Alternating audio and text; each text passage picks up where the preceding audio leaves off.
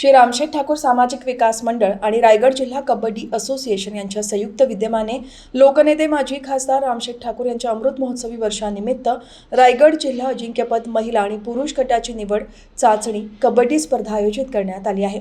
ही स्पर्धा 20 ते 22 फेब्रुवारी दरम्यान उल्वेनोड येथे रामशेठ ठाकूर मैदान येथे पार पडणार आहे।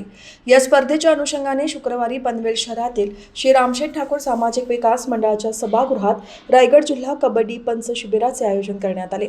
या शिबिराला लोकनेते माजी खासदार रामशेठ ठाकूर यांच्यासह महाराष्ट्र राज्य कबड्डी असोसिएशनचे अध्यक्ष ॲडव्होकेट आस्वाद पाटील, भाजपच्या नेत्या चित्राताई पाटील, रायगड जिल्हा कबड्डी असोसिएशनचे माजी सहकार्यवाह जे पाटील, आंतरराष्ट्रीय कबड्डी प्रशिक्षक आणि जिल्हा पंच मंडळाचे अध्यक्ष शरद कदम, उपाध्यक्ष हिराचंद पाटील आणि सूर्यकांत ठाकूर, खजिनदार जगदीश पाटील, समीर माने, जनार्दन पाटील यांच्यासह कबड्डी असोसिएशनचे पदाधिकारी आणि पंच मोठ्या संख्येने उपस्थित होते। कार्यक्रमादरम्यान महाराष्ट्र राज्याचे उपमुख्यमंत्री अजित पवार यांना भावपूर्ण श्रद्धांजली अर्पण करण्यात आली।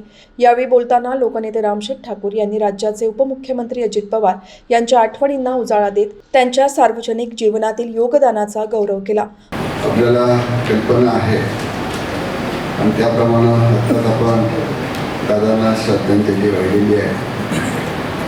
आपणा सर्वांचे आधारस्तंभ महाराष्ट्राचे राज्याचे उपमुख्यमंत्री, रायगड जिल्हा महाराष्ट्र कबड्डी असोसिएशन आणि ऑलिम्पिक कबड्डी असोसिएशन या सर्वांचे अध्यक्ष असलेले आपले आवडते डॅशिंग नेते, कबड्डीला अर्थात त्यांचा खास आपल्याला आधार होता असे माननीय पवारसाहेब, आपल्या अजितदादा पवारसाहेब हे अचानक आपल्यातून निघून गेलेले आहेत। त्यामुळं आपलं फार मोठं नुकसान झालं।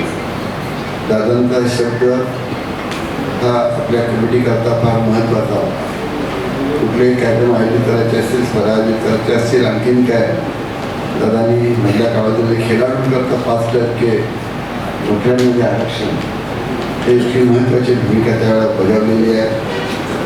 अनेक वेळा दादांचा आपल्याला सल्ला मिळत होता। ज्यावेळेला आपण राष्ट्रीय स्तरावरच्या कबड्डी स्पर्धा पनवेलला ठेवल्या त्यावेळेला दादा स्वतः इथं आलेले होते।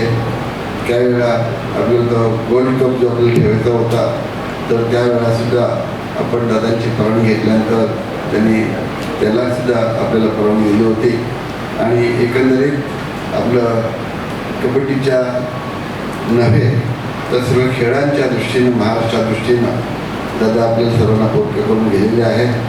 त्यांच्या नेतृत्वाखाली कुशेष, चित्रा पाटील आणि तुम्ही सर्व चांगल्या कबड्डीचं काम करताय आणि त्यामुळंच आम्हाला इथं मोठ्या प्रमाणामध्ये आपल्याला सामने आयोजित करायची संधी मिळाली। आतासुद्धा आपण जे